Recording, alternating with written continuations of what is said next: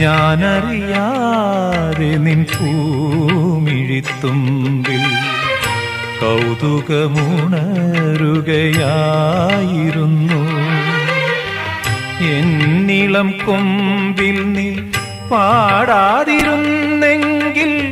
ജന്മം പാഴ്മരമായേനേ. ഇലകളും കനികളും മരതകവർണ്ണവും വെറുതെ മറഞ്ഞേനേ. രാക്കിളി പൊന്മകളെ നിൻ പൂവിളി യാത്രാമൊഴിയാണോ നിൻ മൗനം?